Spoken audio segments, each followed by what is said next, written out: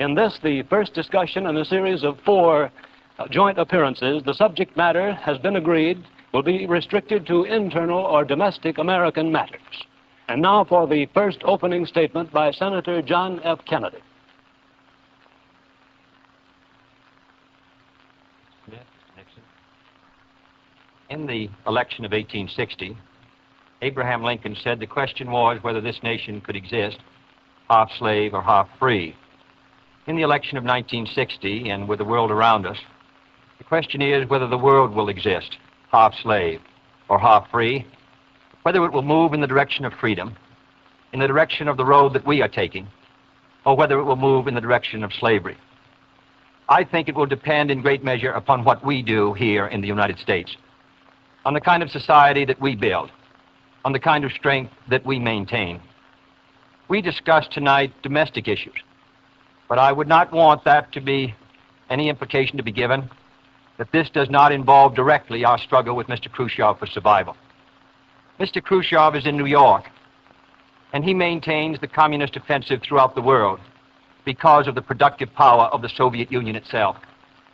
The Chinese communists have always had a large population, but they are important and dangerous now because they are mounting a major effort within their own country. The kind of country we have here, the kind of society we have, the kind of strength we build in the United States will be the defense of freedom. If we do well here, if we meet our obligations, if we're moving ahead, then I think freedom will be secure around the world. If we fail, then freedom fails. Therefore, I think the question before the American people is, are we doing as much as we can do? Are we as strong as we should be? Are we as strong as we must be if we're going to maintain our independence? And if we're going to maintain and hold out the hand of friendship to those who look to us for assistance, to those who look to us for survival. I should make it very clear that I do not think we're doing enough, that I am not satisfied as an American with the progress that we're making. This is a great country, but I think it could be a greater country. And this is a powerful country, but I think it could be a more powerful country. I'm not satisfied to have 50% of our steel mill capacity unused. I'm not satisfied when the United States had last year the lowest rate of economic growth of any major industrialized society in the world, because economic growth means strength and vitality. It means we're able to sustain our defenses. It means we're able to meet our commitments abroad. I'm not satisfied when we have over $9 billion worth of food, some of it rotting, even though there is a hungry world, and even though 4 million Americans wait every month for a food package from the government, which averages 5 cents a day per individual. I saw cases in West Virginia, here in the United States, where children took home part of their school lunch in order to feed their families, because I don't think we're meeting our obligations towards these Americans. I'm not satisfied when the Soviet Union is turning out twice as many scientists and engineers as we are. I'm not satisfied when many of our teachers are inadequately paid, or when our children go to school part-time shifts. I think we should have an educational system second to none. I'm not satisfied when I see men like Jimmy Hoffa in charge of the largest union in the United States, still free. I'm not satisfied when we are failing to develop the natural resources of the United States to the fullest. Here in the United States, which developed the Tennessee Valley and which built the Grand Coulee and the other dams in the northwest United States, at the present rate of hydropower production, and that is the hallmark of an industrialized society, the Soviet Union by 1975 will be producing more power than we are. These are all the things, I think, in this country that can make our society strong or can mean that it stands still. I'm not satisfied until every American enjoys his full constitutional rights. If a Negro baby is born, and this is true also of Puerto Ricans and Mexicans in some of our cities, he has about 1/2 as much chance to get through high school as a white baby. He has 1/3 as much chance to get through college as a white student. He has about 1/3 as much chance to be a professional man, about 1/2 as much chance to own a house. He has about 4 times as much chance that he'll be out of work in his life as the white baby. I think we can do better. I don't want the talents of any American to go to waste. I know that there are those who say that we want to turn everything over to the government. I don't at all. I want the individuals to meet their responsibilities. And I want the states to meet their responsibilities. But I think there is also a national responsibility. The argument has been used against every piece of social legislation in the last 25 years. The people of the United States individually could not have developed the Tennessee Valley. Collectively, they could have.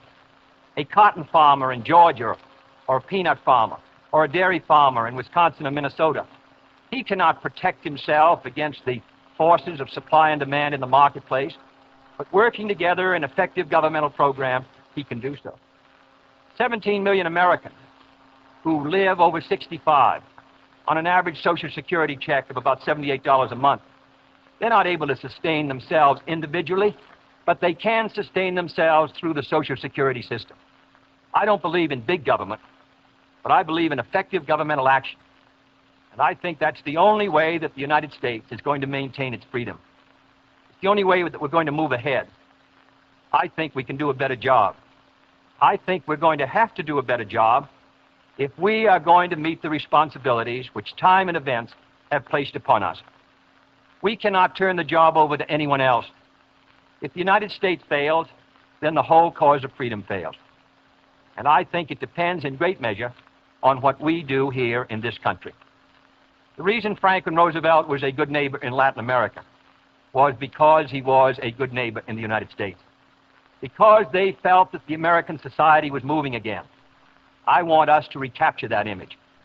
I want people in Latin America and Africa and Asia to start to look to America, to see how we're doing things, to wonder what the President of the United States is doing, and not to look at Khrushchev or look at the Chinese communists. That is the obligation upon our generation. In 1933, Franklin Roosevelt said in his inaugural that this generation of Americans has a rendezvous with destiny.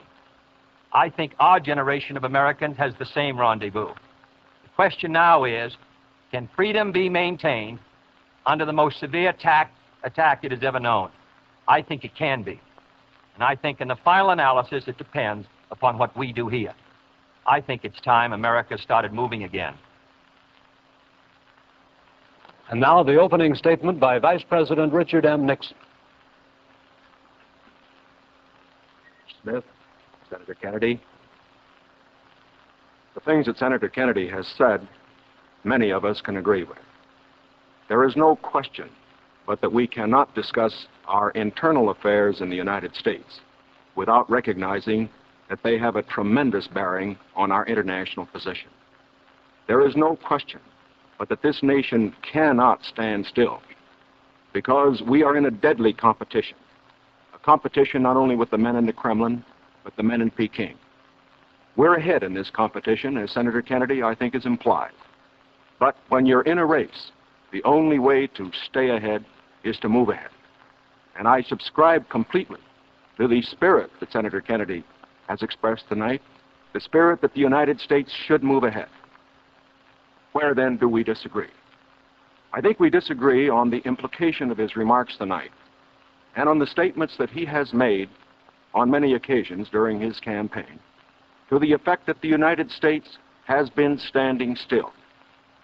We heard tonight, for example, the statement made that our growth in national product last year was the lowest of any industrial nation in the world.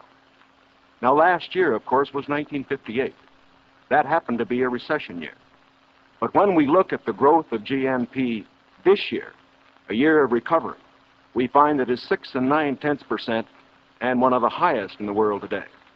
More about that later. Looking then to this problem of how the United States should move ahead and where the United States is moving, I think it is well that we take the advice of a very famous campaigner. Let's look at the record. Is the United States standing still? Is it true that this administration, as Senator Kennedy has charged, has been an administration of retreat, of defeat, of stagnation? Is it true that as far as this country is concerned, in the field of electric power, in all of the fields that he has mentioned, we have not been moving ahead? Well, we have a comparison that we can make. We have the record of the Truman administration of 7.5 years and the 7.5 years of the Eisenhower administration. When we compare these two records, in the areas that Senator Kennedy has discussed tonight, I think we find that America has been moving ahead. Let's take schools.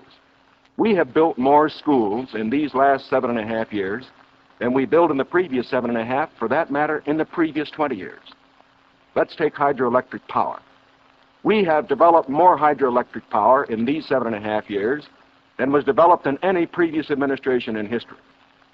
Let us take hospitals. We find that more have been built in this administration than in the previous administration. The same is true of highways. Let's put it in terms that all of us can understand. We often hear gross national product discussed, and in that respect, may I say that when we compare the growth in this administration with that of the previous administration, that then there was a total growth of 11% over 7 years. In this administration, there's been a total growth of 19% over 7 years. That shows that there's been more growth in this administration than in its predecessor. But let's not put it there. Let's put it in terms of the average family. What has happened to you? We find that your wages have gone up 5 times as much in the Eisenhower administration as they did in the Truman administration. What about the prices you pay? We find that the prices you pay went up 5 times as much in the Truman administration as they did in the Eisenhower administration. What's the net result of this? This means that the average family income went up 15% in the Eisenhower years as against 2% in the Truman years. Now, this is not standing still. But, good as this record is, may I emphasize, it isn't enough. A record is never something to stand on. It's something to build on. And in building on this record, I believe that we have the secret for progress. We know the way to progress. And I think, first of all, our own record proves that we know the way. Senator Kennedy has suggested that he believes he knows the way. I respect the sincerity with which he makes that suggestion. But on the other hand, when we look at the various programs that he offers, they do not seem to be new. They seem to be simply retreads of the programs of the Truman administration which preceded it. And I would suggest that during the course of the evening, he might indicate those areas in which his programs are new, where they will mean more progress than we had then. What kind of programs are we for? We are for programs that will expand educational opportunities, that will give to all Americans their equal chance for education, for all of the things which are necessary and dear to the hearts of our people. We are for programs, in addition, which will see that our medical care for the aged is much better handled than it is at the present time. Here again, may I indicate that Senator Kennedy and I are not in disagreement as to the aim. We both want to help the old people. We want to see that they do have adequate medical care. The question is the means. I think that the means that I advocate will reach that goal better than the means that he advocates. I could give better examples, but for whatever it is, whether it's in the field of housing or health or medical care or schools or the development of electric power, we have programs which we believe will move America, move her forward and build on the wonderful record that we have made over these past 7.5 years. Now, when we look at these programs, might I suggest that in evaluating them, we often have a tendency to say that the test of a program is how much you're spending. I will concede that in all the areas to which I have referred, Senator Kennedy would have the federal government spend more than I would have it spend. I costed out the cost of the Democratic platform. It runs a minimum of $13.2 billion a year more than we are presently spending to a maximum of $18 billion a year more than we're presently spending. Now, the Republican platform will cost more, too. It will cost a minimum of $4 billion a year more, a maximum of $4.9 billion a year more than we're presently spending. Now, does this mean that his program is better than ours? Not at all. Because it isn't a question of how much the federal government spends. It isn't a question of which government does the most. It's a question of which administration does the right thing. And in our case, I do believe that our programs will stimulate the creative energies of 180 million free Americans. I believe the programs that Senator Kennedy advocates will have a tendency to stifle those creative energies. I believe, in other words, that his programs would lead to the stagnation of the motive power that we need in this country to get progress. The final point that I would like to make is this. Senator Kennedy has suggested in his speeches that we lack compassion for the poor, for the old, and for others that are unfortunate.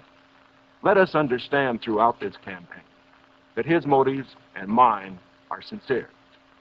I know what it means to be poor. I know what it means to see people who are unemployed.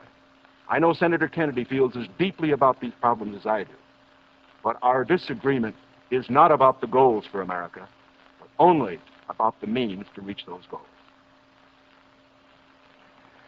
Thank you, Mr. Nixon. That completes the opening statements, and now the candidates will answer questions or comment upon one another's answers to questions put by correspondents of the networks. The correspondents.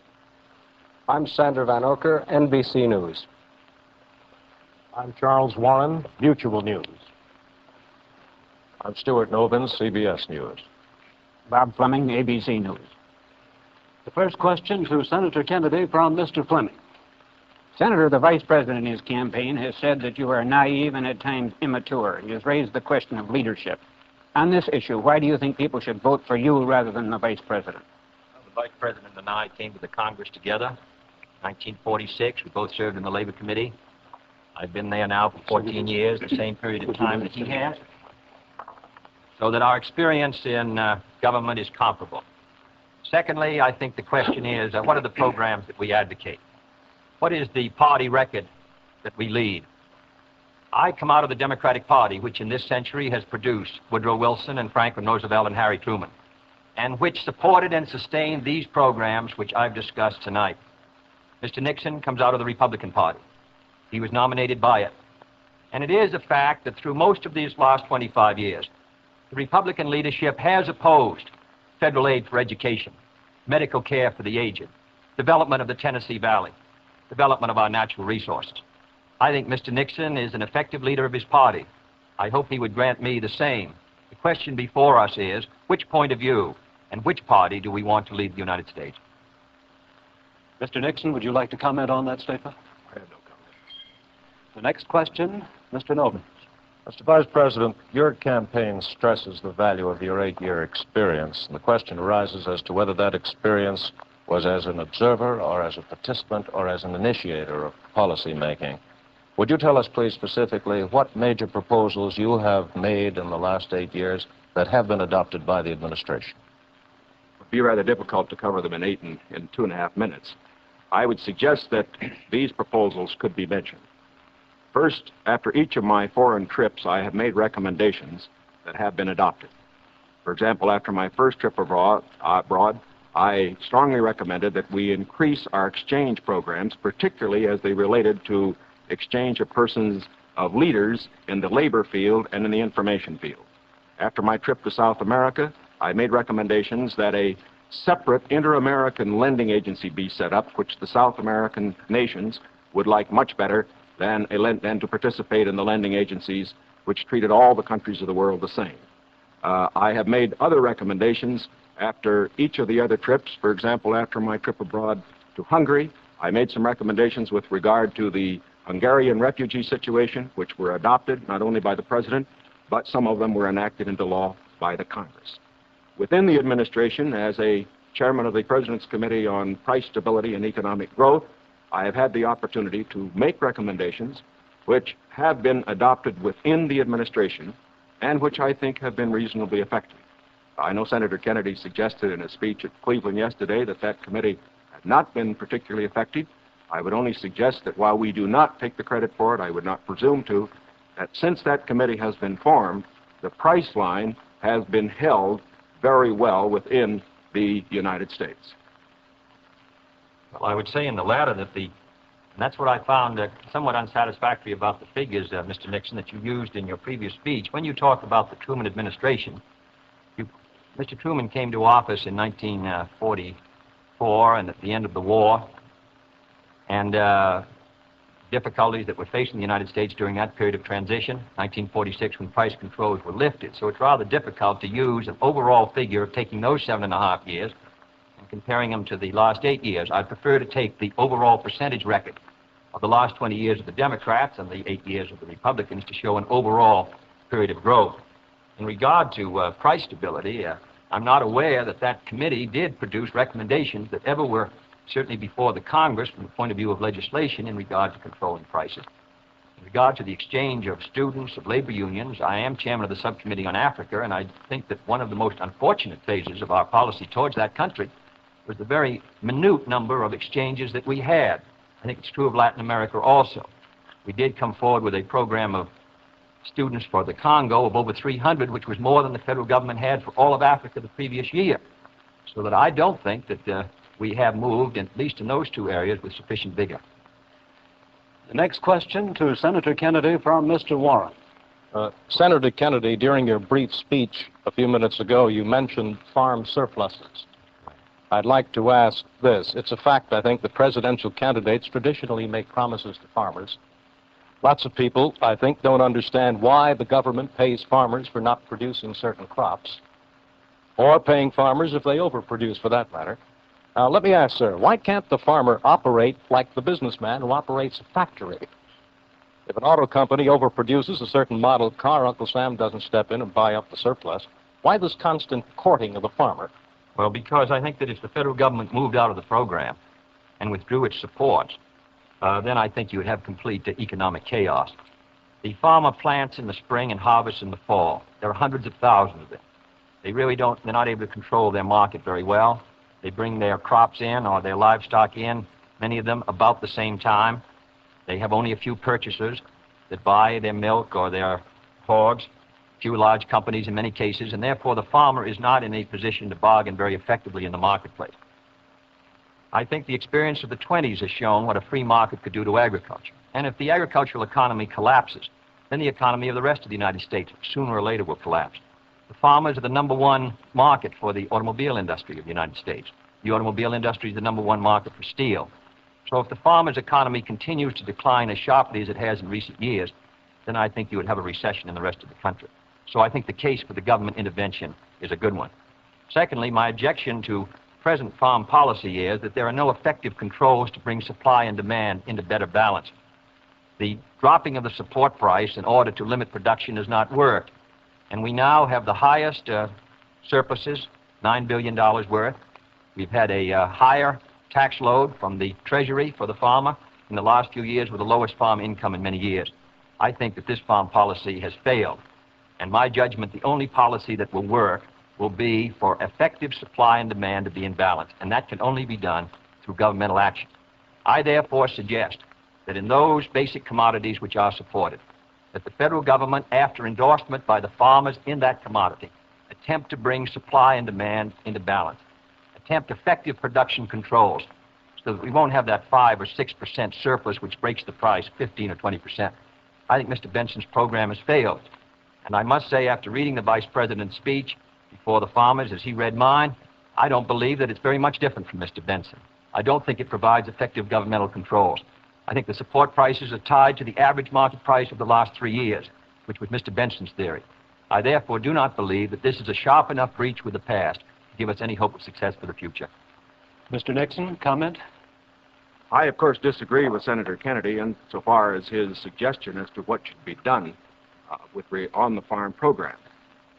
He has made the suggestion that what we need is to move in the direction of more government controls, a suggestion that would also mean raising prices that the consumers pay for products and imposing upon the farmers controls on acreage even far more than they have today. I think this is the wrong direction. I don't think this has worked in the past. I do not think it will work in the future. The program that I have advocated is one which departs from the present program that we have in this respect.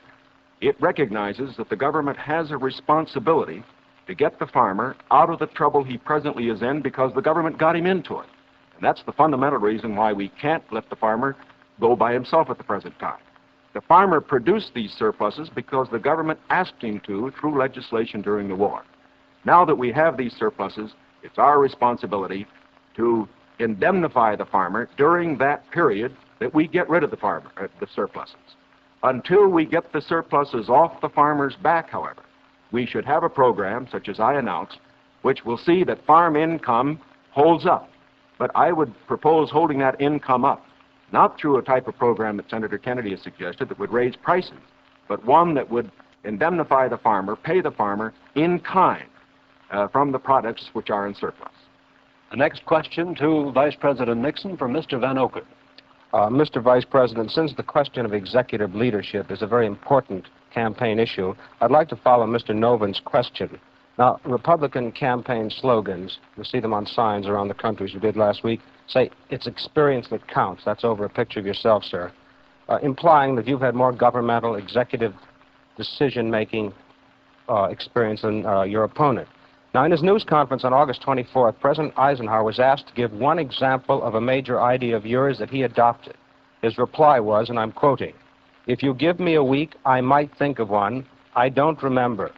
Now, that was a month ago, sir, and the President hasn't brought it up since. I'm wondering, sir, if you can clarify which version is correct, the one put out by Republican campaign leaders or the one put out by President Eisenhower? Well, I would suggest, Mr. Van Oker, that if you know the President, that was probably a facetious remark. I would also suggest that insofar as his statement is concerned, that I think it would be improper for the President of the United States to disclose the instances in which members of his official family had made recommendations, as I have made them through the years, to him which he has accepted or rejected.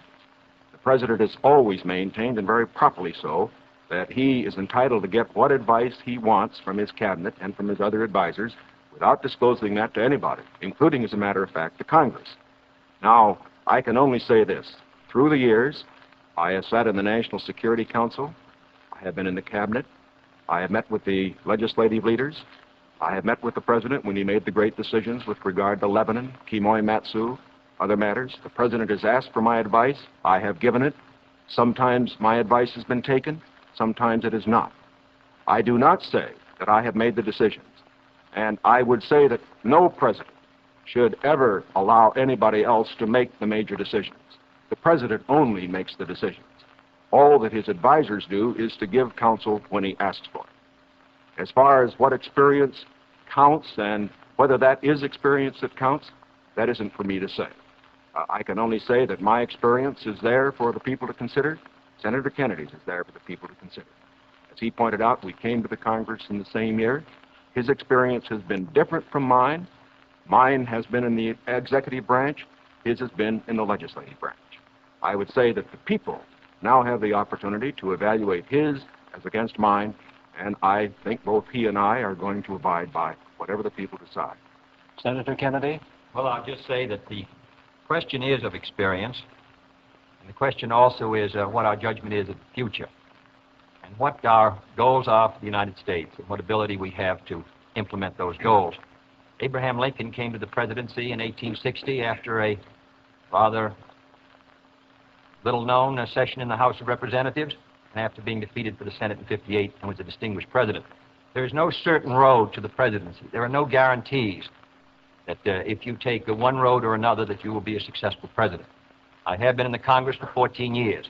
I have voted in the last 8 years. The Vice President was presiding over the Senate and meeting his other responsibilities. I have met decisions over 800 times on matters which affect not only the domestic security of the United States, but as a member of the Senate Foreign Relations Committee. The question really is, which candidate and which party can meet the problems that the United States is going to face in the 60s? The next question to Senator Kennedy from Mr. Novins. Senator Kennedy, in connection with these problems of the future that you speak of and the program that you enunciated earlier in your direct talk, you call for expanding some of the welfare programs for schools, for teacher salaries, medical care, and so forth, but you also called for reducing the federal debt. And I'm wondering how you, if you're president in January, would go about paying the bill for all this. Does this mean that I did not advocate reducing the federal debt because I don't believe that you're going to be able to reduce the federal debt very much in 1961, 2, or 3. I think you have heavy obligations which affect our security, which we're going to have to meet. And therefore, I've never suggested we should be able to retire the debt substantially or even at all in 1961 or 2. Senator, I believe in one of your speeches you suggested that reducing the interest rate would help toward... No, not reducing the interest. Reducing the interest rate, in my judgment, the hard money, tight money policy, fiscal policy of this administration has contributed to the slowdown in our economy which helped bring the recession of '54, which made the recession of '58 rather intense, and which has slowed somewhat our economic activity in 1960. What I have talked about, however, the kind of programs that I talk about, in my judgment, are fiscally sound. Medical care for the aged, I would put under Social Security. The Vice President and I disagree on this. The program, the Javits-Nixon or the Nixon-Javits program, would have cost, if fully used, $600 million by the government per year and $600 million by the state. The program which I advocated, which failed by 5 votes in the United States Senate, would have put medical care for the aged in Social Security and would have been paid for through the Social Security system and the Social Security tax. Secondly, I support federal aid to education and federal aid for teacher salaries. I think that's a good investment. I think we're going to have to do it. And I think to heap the burden further on the property tax, which is already strained in many of our communities, will ensure, in my opinion, that many of our children will not be adequately educated and many of our teachers not adequately compensated. There is no greater return to an economy or to a society than an educational system second to none. On the question of the development of natural resources, I would pay as you go, in the sense that they would be balanced and the power revenues would bring back sufficient money to finance the projects in the same way as the Tennessee Valley. I believe in the balanced budget, and the only conditions under which I would unbalance the budget would be if there was a grave national emergency or a serious recession. Otherwise, with a steady rate of economic growth, and Mr. Nixon and Mr. Rockefeller in their meeting said a 5% economic growth would bring by 1962 $10 billion extra in tax revenue. Whatever is brought in, I think that we can finance essential programs within a balanced budget if business remains orderly. Yes, I think what Mr. Nova was referring to was not one of Senator Kennedy's speeches, but the Democratic platform, which did mention cutting the national debt. I think, too, that it should be pointed out that, of course, it is not possible, particularly under the proposals that Senator Kennedy has advocated, either to cut the national debt or to reduce taxes. As a matter of fact, it will be necessary to raise taxes. As Senator Kennedy points out, that as far as his one proposal is concerned, the one for medical care for the aged, that would be financed out of Social Security. That, however, is raising taxes for those who pay Social Security. He points out that he would make pay-as-you-go be the basis for our natural resources development. For our natural resources development, which I also support incidentally, however, whenever you appropriate money for one of these projects, you have to pay now and appropriate the money, and while they eventually do pay out, it doesn't mean that the government doesn't have to put out the money this year. And so I would say that in all of these proposals Senator Kennedy has made, they will result in one of two things. Either he has to raise taxes or he has to unbalance the budget.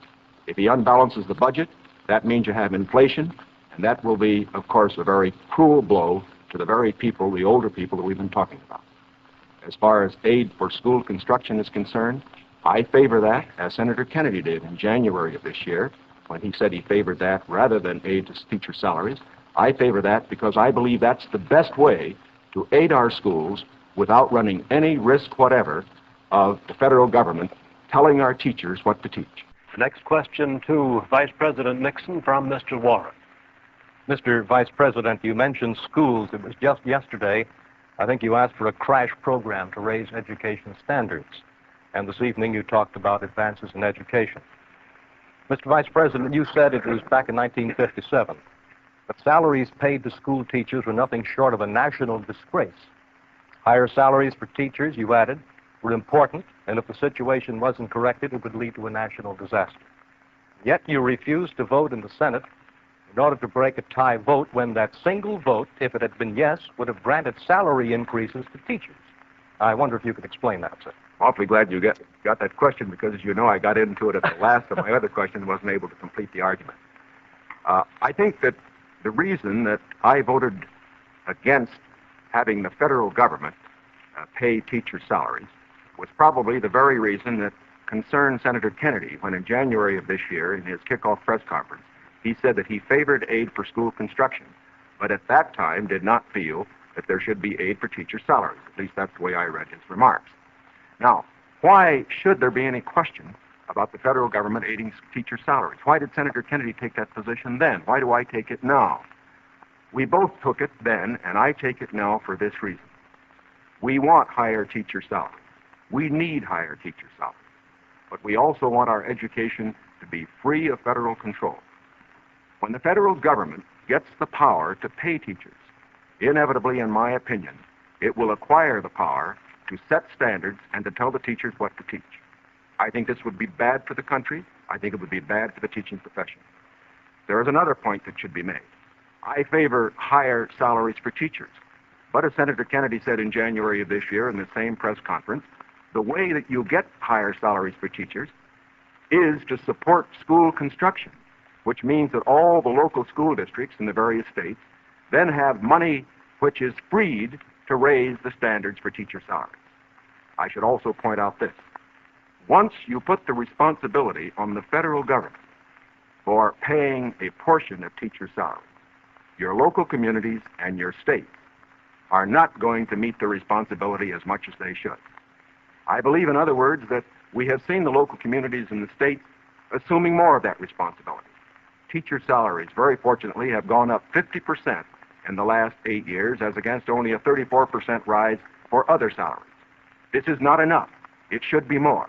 But I do not believe that the way to get more salaries for teachers is to have the federal government get in with a massive program. My objection here is not the cost in dollars.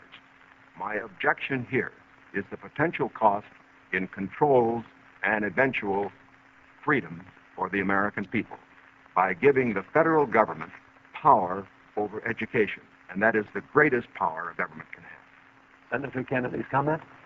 When the Vice President quotes me in January 60, I do not believe the federal government should pay directly teachers' salaries, but that was not the issue before the Senate in February. The issue before the Senate was that the money would be given to the state. The state then could determine whether the money would be spent for school construction or teacher salaries. On that question, the Vice President and I disagreed. I voted in favor of that proposal and supported it strongly because I think that that provided assistance to our teachers for their salaries without any chance of federal control. And it is on that vote that Mr. Nixon and I disagreed, and his tie vote defeated. His breaking the tie defeated the proposal. I don't want the federal government paying teachers' salaries directly. But if the money will go to the states, and the states can then determine whether it shall go for school construction or for teachers' salaries, in my opinion, you protect the local authority over the school board and the school committee. And therefore, I think that was a sound proposal, and that is why I supported it, and I regret that it did not pass. Secondly, there have been statements made that the Democratic platform would cost a good deal of money, and that I'm in favor of unbalancing the budget. That is wholly wrong, wholly in error, and it is a fact that in the last 8 years, the Democratic Congress has reduced the request for the appropriation by over $10 billion. That is not my view, and I think it ought to be stated very clearly on the record. My view is that you can do these programs, and they should be carefully drawn within a balanced budget if our economy is moving ahead. The next question to Senator Kennedy from Mr. Van Oker. Senator, you've been promising the voters that if you are elected president, you'll try and push through Congress bills on medical aid to the aged, a comprehensive minimum hourly wage bill, federal aid to education. Now, in the August post-convention session of the Congress, when you at least held up the possibility you could one day be president, and when you had overwhelming majorities, especially in the Senate, you could not get action on these bills. Now, how do you feel that you'll be able to get them in January if you weren't able to get them in August? If I may take the bills, we did pass in the Senate a bill to provide a $1.25 minimum wage. It failed because the House did not pass it, and the House failed by 11 votes. And I might say that 2/3 of the Republicans in the House voted against a $1.25 minimum wage, and a majority of the Democrats sustained it. Nearly 2/3 of them voted for the $1.25. We were threatened by a veto if we passed $1.25. It's extremely difficult, with the great power that the president does, to pass any bill when the president is opposed. All the president needs to sustain his veto of any bill is 1/3 plus 1 in either the House or the Senate. Second, we passed a federal aid to education bill in the Senate. It failed to come to the floor of the House of Representatives. It was killed in the Rules Committee. And it is a fact in the August session that the 4 members of the Rules Committee who were Republicans, joining with 2 Democrats, voted against sending the aid to education bill to the floor of the House. 4 Democrats voted for it. Every Republican on the Rules Committee voted against sending that bill to be considered by the members of the House of Representatives. Thirdly, on medical care for the aged. This is the same fight that's been going on for 25 years in Social Security. We wanted to tie it to Social Security. we offered an amendment to do so. 44 Democrats voted for it, 1 Republican voted for it. And we were informed at the time it came to a vote that if it was adopted, the President of the United States would veto it. In my judgment, a vigorous Democratic president, supported by a Democratic majority in the House and Senate, can win the support for these programs. But if you send a Republican president and a Democratic majority, and the threat of a veto hangs over the Congress, in my judgment, you will continue what happened in the August session, which is a clash of parties and inaction. Mr. Nixon, comment? Well, obviously, my views are a little different. First of all, I don't see how it's possible for a 1/3 of a body, such as the Republicans have in the House and the Senate, to stop 2/3 if the 2/3 are adequately led. I would say, too, that when Senator Kennedy refers to the action of the House Rules Committee, there are 8 Democrats on that committee and 4 Republicans. It would seem to me, again, that it is very difficult to blame the 4 Republicans for the 8 Democrats not getting something through that particular committee. I would say further that to blame the President and his veto power for the inability of the Senator and his colleague to get action in this special session misses the mark. When the President exercises his veto power, he has to have the people behind him, not just 1/3 of the Congress. Because let's consider it. If the majority of the members of the Congress felt that these particular proposals were good issues, majority of those who were Democrats, why didn't they pass them and send them to the President and get a veto and have an issue? The reason why these particular bills and these various fields that have been mentioned were not passed was not because the President was against them. It was because the people were against them. It was because they were too extreme. And I am convinced that the alternate proposals that I have, that the Republicans have in the field of health, in the field of education, in the field of welfare, because they are not extreme, because they will accomplish the end without too great cost in dollars or in freedom, that they could get through the next Congress. The next question to Vice President Nixon from Mr. Fleming. Mr. Vice President, do I take it then you believe that you could work better with Democratic majorities in the House and Senate, that Senator Kennedy could work with Democratic majorities in the House and Senate? I would say this, that we, of course, expect to pick up some seats in both in the House and the Senate. We would hope to control the House, to get a majority in the House in this election. We cannot, of course, control the Senate. I would say that a president will be able to lead. A president will be able to get his program through to the effect that he has the support of the country, the support of the people. Sometimes we get the opinion that in getting programs through the House or the Senate, it's purely a question of legislative finagling and all that sort of thing. It isn't really that. Whenever a majority of the people are for a program, the House and the Senate responds to it. And whether this House and Senate in the next session is Democratic or Republican, if the country will have voted for the candidate for the presidency and for the proposals that he has made, I believe that you will find that the president, if it were a Republican, as it would be in my case, would be able to get his program through that Congress. Now, I also say that as far as Senator Kennedy's proposals are concerned, that, again, the question is not simply one of a presidential veto stopping program. You must always remember that a president can't stop anything unless he has the people behind him. And the reason President Eisenhower's vetoes have been sustained, the reason the Congress does not send up bills to him which they think will be vetoed, is because the people and the Congress, the majority of them, know the country is behind the president. Senator Kennedy? Well, now let's look at these bills that the Vice President suggests were too extreme. One was a bill for $1.25 an hour for anyone who works in a store or a company that has $1 million a year business. I don't think that's extreme at all. And yet nearly 2/3 to 3/4 of the Republicans in the House of Representatives voted against that proposal. Secondly was the federal aid to education bill. It was a very, because of the defeat of teacher salaries, it was not a bill that met, in my opinion, the needs. The fact of the matter is, it was a bill that was less than you recommended, Mr. Nixon, this morning in your proposal. It was not an extreme bill. And yet we could not get one Republican to join. At least, I think, 4 of the 8 Democrats voted to send it to the floor of the House, not one Republican, and they joined with those Democrats who were opposed to it. I don't say the Democrats are united in their support of the program.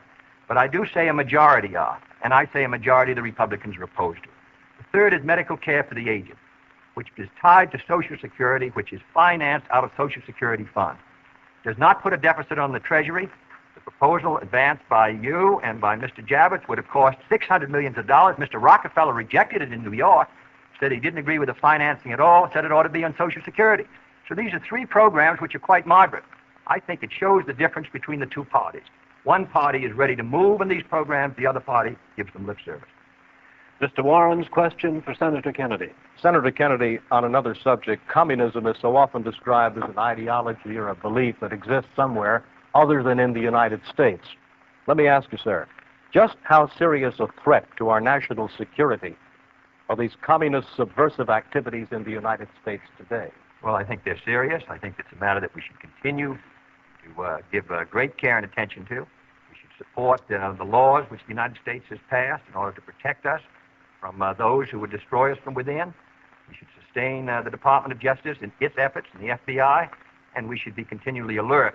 I think if the United States is maintaining a strong society here in the United States, I think that we can meet any internal threat. The major threat is external and will continue. Mr. Nixon, comment? I agree with Senator Kennedy's appraisal generally in this respect. The question of communism within the United States has been one that has worried us in the past. It is one that will continue to be a problem for years to come. We have to remember that the Cold War that Mr. Khrushchev is waging and his colleagues are waging is waged all over the world, and it's waged right here in the United States. That's why we have to continue to be alert. It is also essential in being alert that we be fair. Fair because by being fair, we uphold the very freedoms that the communists would destroy. We uphold the standards of conduct which they would never follow.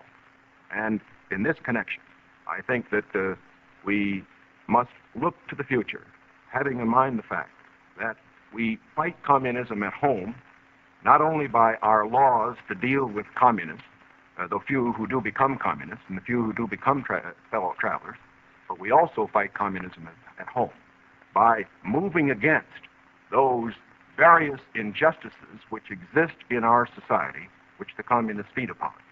And in that connection, I again would say, while Senator Kennedy says we are for the status quo, I do believe that he would agree that I am just as sincere in believing that my proposals for federal aid to education, my proposals for health care, are just as sincerely held as his. The question, again, is not one of goals. We're for those goals. It's one of means. Mr. Van Oker's question for Vice President Nixon. Mr. Vice President, in one of your earlier statements, you said, we've moved ahead, we've built more schools, we've built more hospitals.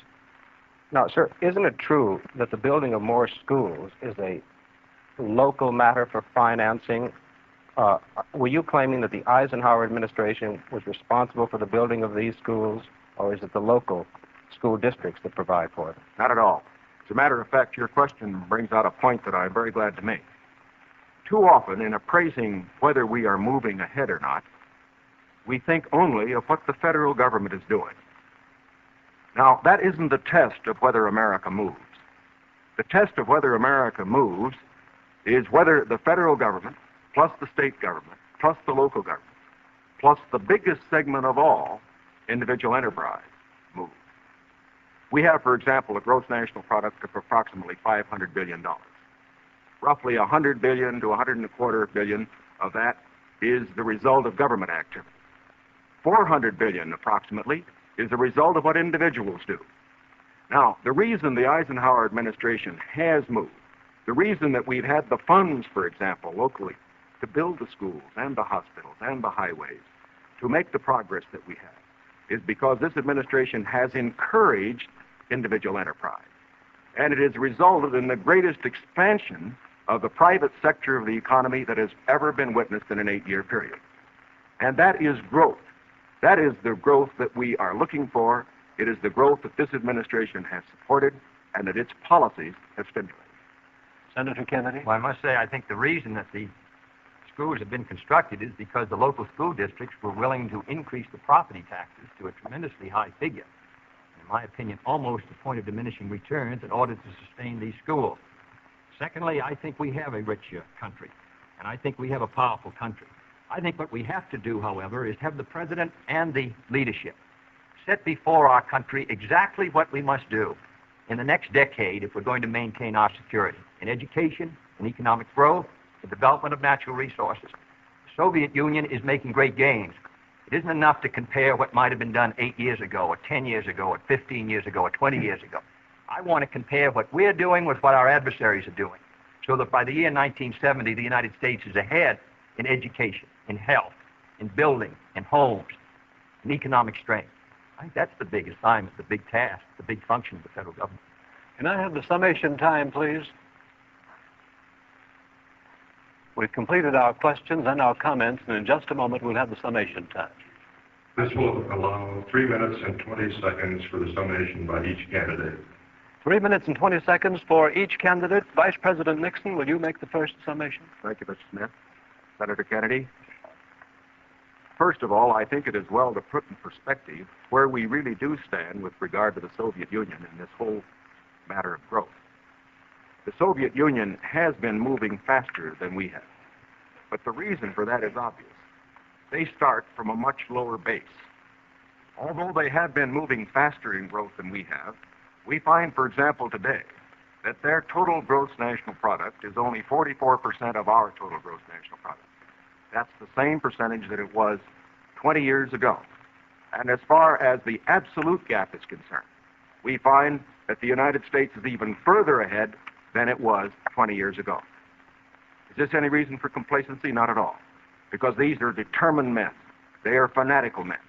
And we have to get the very most out of our economy. I agree with Senator Kennedy completely on that score. Where we disagree is in the means that we would use to get the most out of our economy. I respectfully submit that Senator Kennedy too often would rely too much on the federal government, on what it would do to solve our problems, to stimulate growth. I believe that when we examine the Democratic platform, when we examine the proposals that he has discussed tonight, when we compare them with the proposals that I have made, that these proposals that he makes would not result in greater growth for this country than would be the case if we followed the programs that I have advocated. There are many of the points that he has made that I would like to comment upon. The one in the field of health is worth mentioning. Our health program, the one that Senator Javits and other Republican senators as well as I supported, is one that provides for all people over 65 who want health insurance the opportunity to have it if they want it. It provides a choice of having either government insurance or private insurance. But it compels nobody to have insurance who does not want it. His program under Social Security would require everybody who had Social Security to take government health insurance whether he wanted it or not. And it would not cover several million people who are not covered by Social Security at all. Here is one place where I think that our program does a better job than his. The other point that I would make is this. This downgrading of how much things cost, I think many of our people will understand better when they look at what happened during the Truman administration when the government was spending more than it took in. We found savings over a lifetime eaten up by inflation. We found the people who could least afford it, people on retired incomes, people on fixed incomes, we found them unable to meet their bills at the end of the month. It is essential that a man who's president of this country certainly stand for every program that will mean for growth. And I stand for programs that will mean growth and progress. But it is also essential that he not allow a dollar spent that could be better spent by the people themselves. Senator Kennedy, your conclusion? The point was made by Mr. Nixon that the Soviet production is only 44% of ours. I must say that 44% in that Soviet country is causing us a good deal of trouble tonight. I want to make sure that it stays in that relationship. I don't want to see the day when it's 60% of ours and 70 and 75 and 80 and 90% of ours, with all the force and power that it could bring to bear in order to cause our destruction. Secondly, the Vice President mentioned medical care for the aged. Our program was an amendment to the Kerr bill. The Kerr bill provided assistance to all those who were not on Social Security.